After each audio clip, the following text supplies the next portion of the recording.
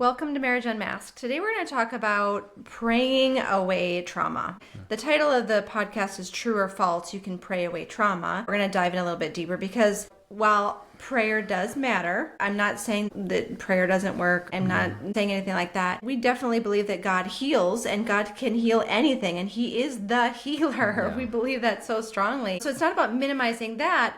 But we want to offer you an expansion of your understanding of how God heals. We're both trauma-informed certified and we're very aware of trauma. Trauma is a big deal. It impacts the clients that we work with deeply. And we don't talk about trauma to make anyone a victim. That's not what trauma and being trauma-informed is about. It's about understanding what's going on deeper inside of you and then bringing healing to that. And so we have worked with clients who have childhood abuse. They've walked through sexual abuse. They've walked through emotional neglect or infidelity in their marriage.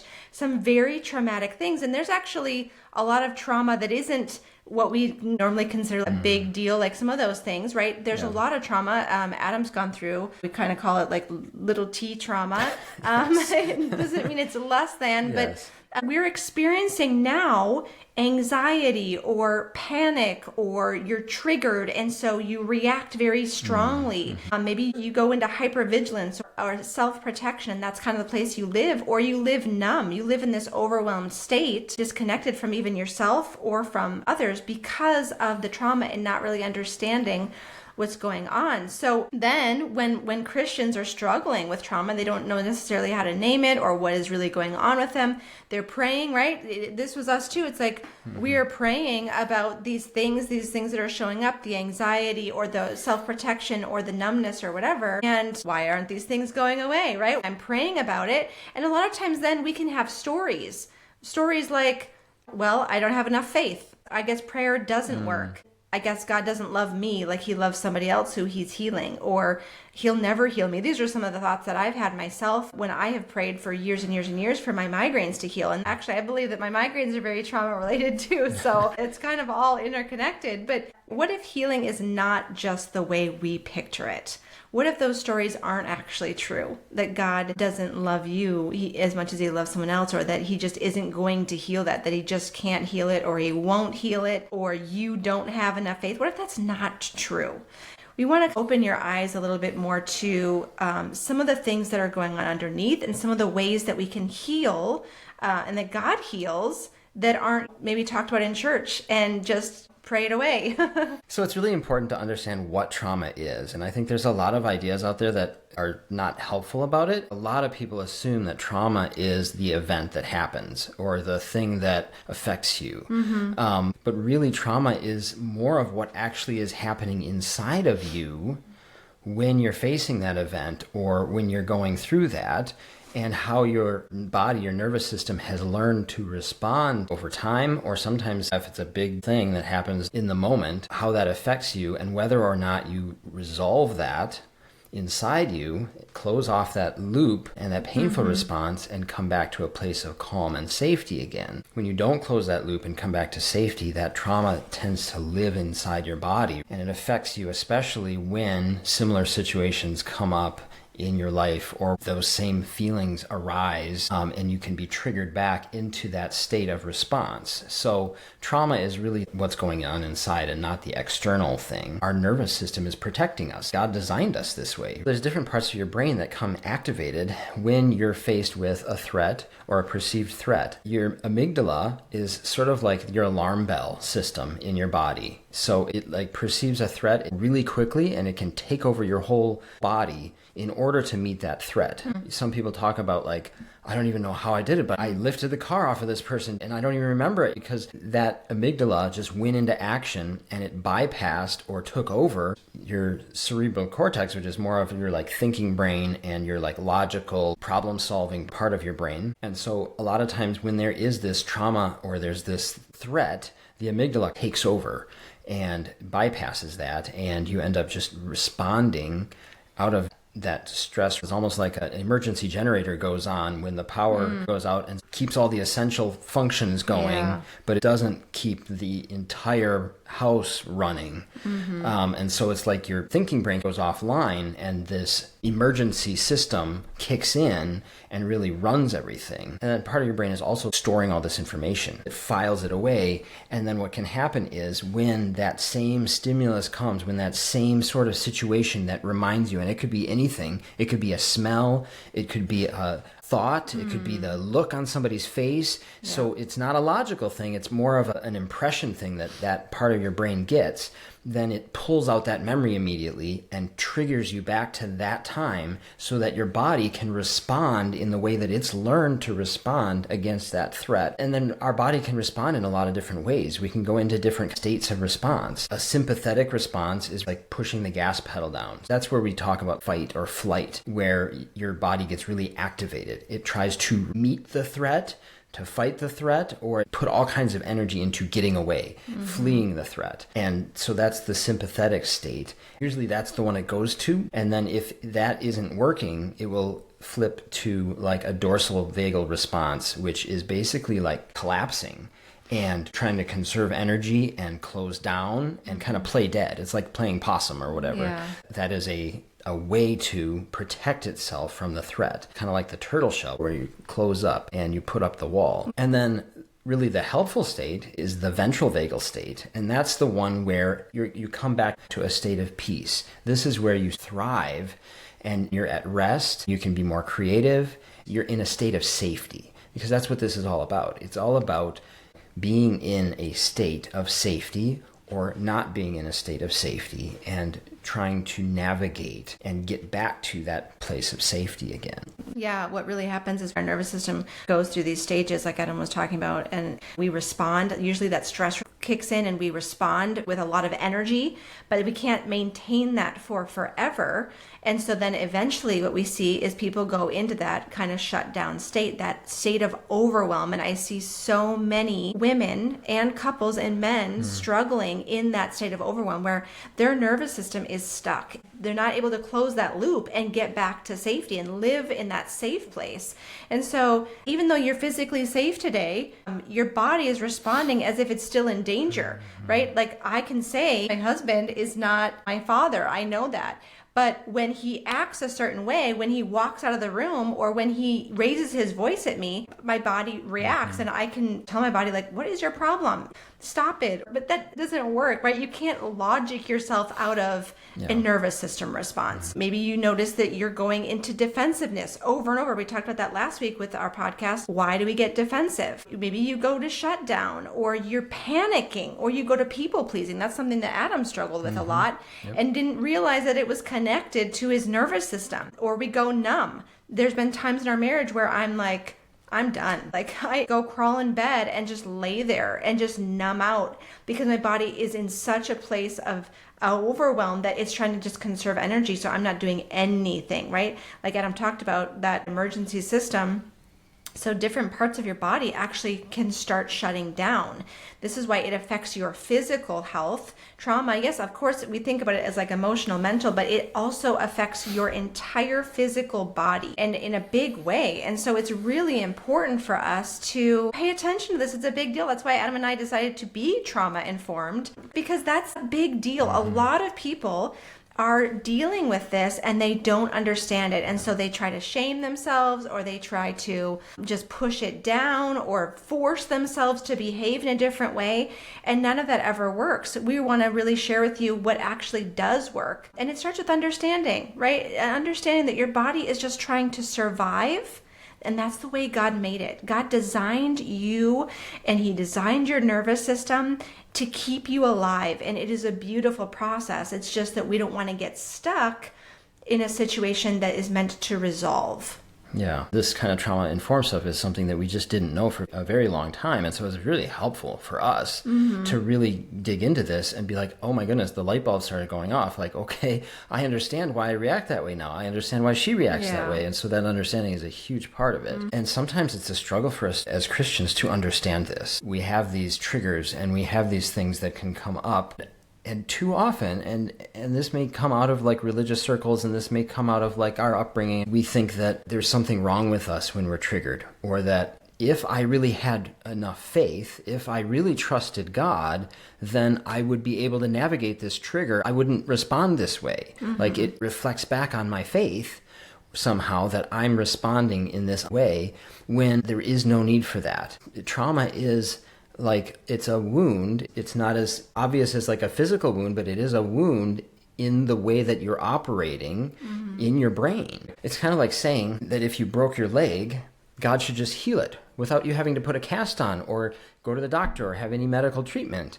And God could do that, right? He could heal your leg automatically like that. He has the power to do so. And he could heal your triggers automatically like that. He has the power to do so. But a lot of times, God uses means to heal things. So he uses a cast, and he uses a doctor, and he uses those kind of things to heal your leg. So sometimes he uses coaching, he uses therapy, he uses those kind of things to really heal the trauma that is happening in our nervous system so that we can come back to a place of safety and connection again. Yeah, I mean, God created us whole people, our brains, our nervous system, our hearts, our physical bodies, our emotions, and he wants to heal all of us. There was not really a lot of talk around healing when I was growing up and in the church, and I think I was taught it's all about salvation, like you go to heaven, then you're perfectly healed. There was nothing about like earth.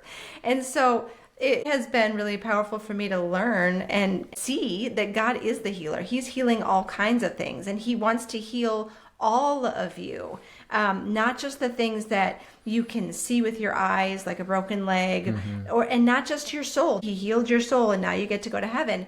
Yeah, that's incredible. But he also cares about all the other parts of you, and he wants to heal those things as well. And as we mentioned before, we definitely experienced this in our marriage, and we struggled with this for a long time. And there were certain times where we were really triggered. We were really in a deep, dark place in our marriage. There was a particular time when we were at this breaking point in our marriage, and we were very disconnected. And I think Kara was even like in the closet and not talking to me. And I was going in there to try to repair it. And we were in a triggered state, and we were trying to like work through it. Not really at that time knowing what this was and not really having the tools that we have now and the understanding that we have now. But I remember thinking, I just need to pray over us. This is what I need to do. I'm the husband. I need to do the thing. I need to lead spiritually here. I got to do the right thing. And so I went in there, and without really talking or trying to repair anything, I just start praying over us. And there's nothing wrong with praying and inviting God, and I was sincere in it. But I had this expectation that praying over the situation and praying over Kara and praying over myself would sort of automatically heal this. And basically, I was trusting in the act of prayer. I was thinking, if I do the thing right, then we'll get back to a place of peace and connection again. And so I prayed over her and I prayed over us. And I had this expectation that Kara was going to soften to that. And that we were going to get back together, and she would he's praying for me. This is great. But that doesn't work. It doesn't change the trigger. It doesn't remove that trauma response and the shutdown that was going on. Yes, it was great to pray, but I had this expectation that wasn't really helpful. I remember it was kind of weird to me because it felt like his last-ditch effort. I'm going to come in here and I'm going to do the thing that I should have been doing, and I'm going to pray for us now. I'm going to show you that I am this Christian man who's praying for his marriage. So it felt inauthentic. In a certain sense, yeah. Well, and like you said, it just came without any discussion or without any healing. And so it's like, I'm going to do the right thing. I'm going to pray for you. That makes sense. What we really want to invite you into today is something that has been so powerful for us. And we walk through this with our clients all the time. The technical term is like somatic work, right? Somatic healing. All that means is it's body-based, right? It's not some scary witchcrafty kind of term that you need to hold your Bible up against. It just means coming back to your body, which is, God made.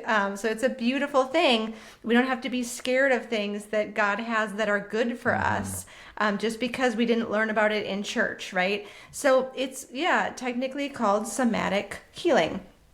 And it's really learning to notice what your body is communicating to you. So it's very smart. All the things we're talking about today, understanding trauma and, noticing what's going on in your body, it starts with awareness. This is all broadening your awareness, which is so wonderful. God has so much goodness for you, and now we're just kind of broadening our awareness to more of that goodness. Mm-hmm. So your body tells you a lot, right? Like if you tune in and you start understanding and you start really noticing what's happening inside of you, you're going to be much more able to invite safety and God's healing into it. Mm. I hear a lot of times from couples, I don't know how I feel. Or when we're looking back at something like, I don't even know what I was feeling, but I just reacted that way. But when we come back to our body and we notice, like, let me give you an example. So Adam and I are having a conversation. All of a sudden he starts shifting into making excuses, right? I immediately might notice my heart is starting to race. I feel warmer. My shoulders tighten.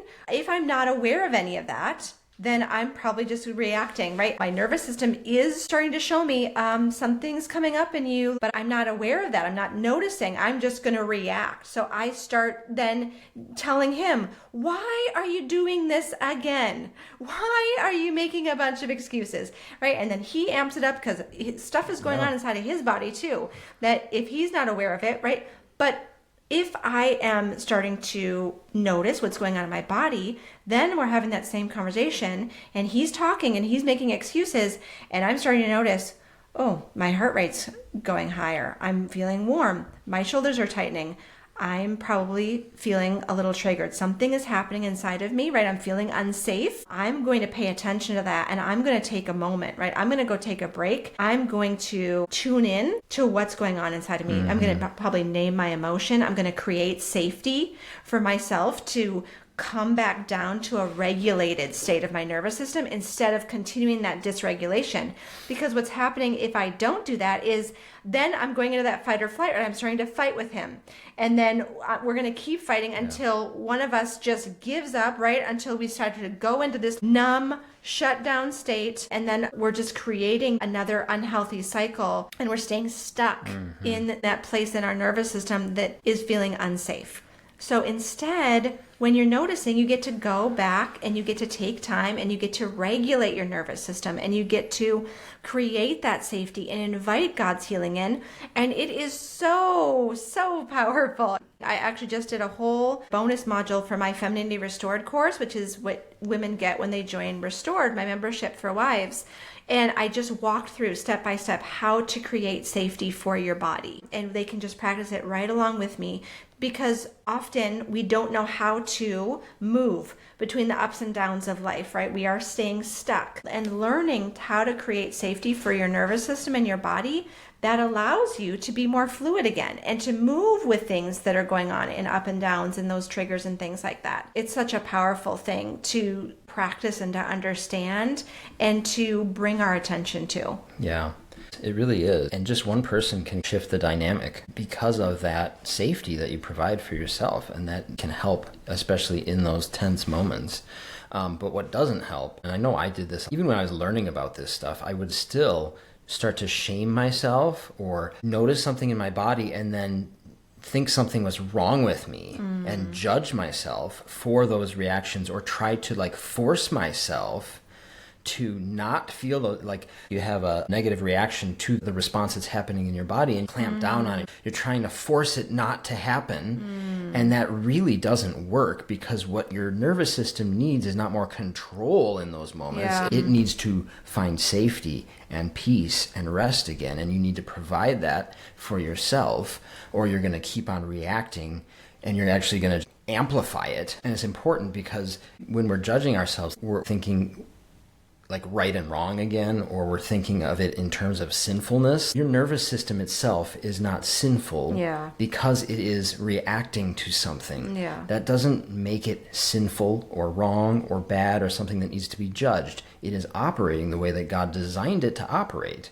in order to keep you safe And so you don't need to judge it. You can actually be aware of it and get the information from it so that you can provide that safety for yourself. Mm-hmm. Yeah, because you're meeting yourself with the same love and compassion that God is meeting you with. Never once is he saying, get it together, Cara. Why are you going into self-protection again? He's like, I love you. Be with me. I'm here. Like, those are the words that he speaks over me. He doesn't ever say, get over it. Stop. Bring your heart rate down, for heaven's sake. Why are you doing that again? Right. And so a lot of times our voice of judgment, it's not from him. Yeah. It's from other voices, other things that we've learned. And I think a lot of times there is like an underlying Christian teaching where it's like your body is bad. And so I think that's what a lot of times where that voice of judgment comes from. But that's not God's voice over you. And so when we learn what his voice really is and we really know how to experience his love and compassion, then our voice over ourselves changes too. Yeah, that voice over yourself is so powerful because it teaches you that, okay, I can come back to safety. I am not in that same danger that my body. When you provide that safety, then you can ease out of and heal out of that stress response or that trauma response that you've been stuck in. And God created our brains is with what scientists call neuroplasticity. And that is that your brain is capable of changing. Your brain is capable of forming new pathways and learning a different way of response to these things. It's not easy. It takes time. But it's really powerful. I mean, because if this has been happening for so long, it's like that pathway in your nervous system is a highway. It's like a freeway. It's got 6 lanes to it, and it's very easy to jump on that and go really fast. But healing work is like, okay, I'm forging a little path in the woods here. I've got to work on this path. And so your brain is going to be drawn to go to this highway, this freeway. But over time, as you keep widening and expanding that path and you keep building it, it becomes a little road and it becomes a 2-lane highway. It becomes easier to go in that new direction and to let go of that unhealthy highway that you were on or that served you fine maybe early in life but isn't needed anymore and isn't a healthy response to what's going on now. And sometimes we get stuck in this trap of thinking that we can think our way out of a survival response, right? Out of the stress response. That doesn't work. Because like Adam talked about earlier, when your nervous system is activated, the thinking part of your brain goes offline. And so trying harder doesn't work. And I don't know how many times we've had that dynamic happen where Adam's like, I'm going to try harder. Like, he thinks he can think his way out of that. I think a lot of men struggle with this specifically because they like to go to their logical brain and fix things. And so it's like, I'll just think my way out of this. I need to just think better. I need to just fix this. But what we really need is we need compassion. We need regulation. We need to reconnect with our body, like I talked about with the somatic work, and reconnect with God's love and safety for us in that moment. Yeah, and Cara is so right. Men do struggle with this. I see this in my Refined Men's membership a lot, is guys trying to think their way out of this or trying to do the right thing, very caught up in the doing of something and doing it right or thinking it logically through, like Cara said, instead of just being, instead of like sinking back into their body and feeling things and getting back in touch with the beautiful emotions that God has given us to experience. A lot of men have suppressed those emotions for a very long time, and they find it uncomfortable and hard sometimes to like dig into those emotions and to provide that safety for themselves again.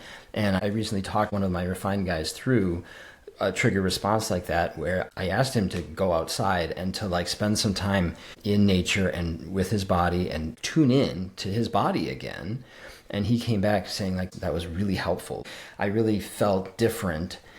And obviously there's a lot more work there, but he was able to get out of that triggered state and come back to safety again. It was really powerful for him, and it really made a big impression on him.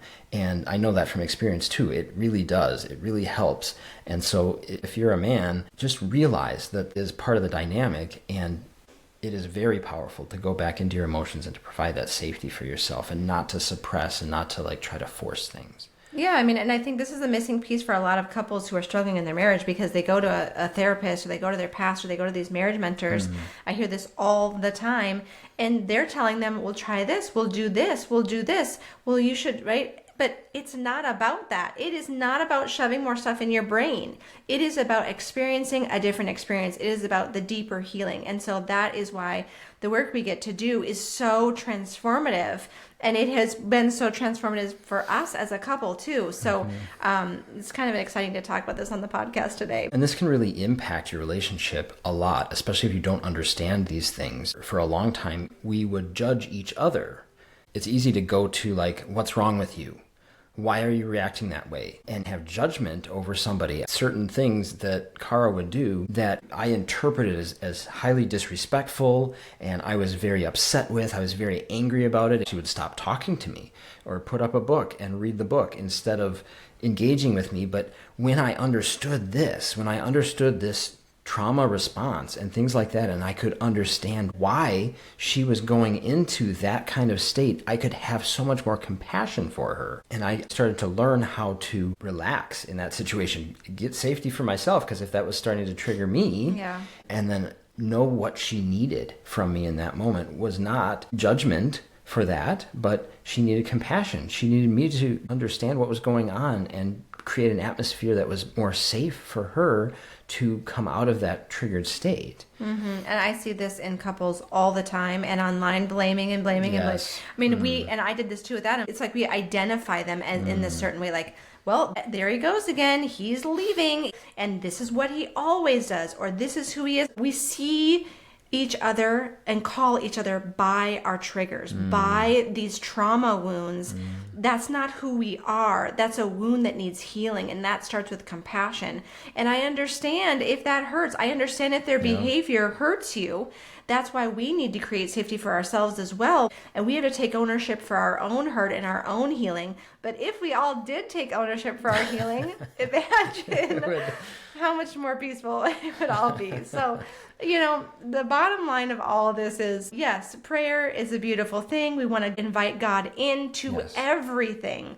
But we also need to prioritize all the parts of you that need healing. And if you're experiencing trauma, if there's a trauma loop that is not closed and you're in overwhelm, or you're just living in this numb state or this anxious state or whatever, you don't have to choose between prayer and practical tools. Both can be possible, right? Inviting God in, and also using tools that are going to help you to heal. We put that all together, and I think it's a beautiful way. I mean, God absolutely gave it to us, and God has so much goodness for us, and I'm thankful that He has given us all these tools in this beautiful way to weave it all together, making Him still the center of it. But there are absolutely things out there that can help you heal, that is not just like, okay, it's prayer or nothing else, right? Because then, again, we come back to those stories of like, well, I don't have enough faith. I need to do this better. For some reason, my prayer is not being answered. So there's more to the story. And this is all actually part of the conversation that I'm going to be having with my friend Amber, who is a women's health specialist. We're doing a free workshop called Healing from the Inside Out, where I'm going to be talking about some of this survival mode stuff. She's going to be talking about the physical part of your body, and it's going to be a really, really powerful workshop. So if you don't already have your spot, click the link in the show notes, grab your spot. It's free. It's going to be so powerful.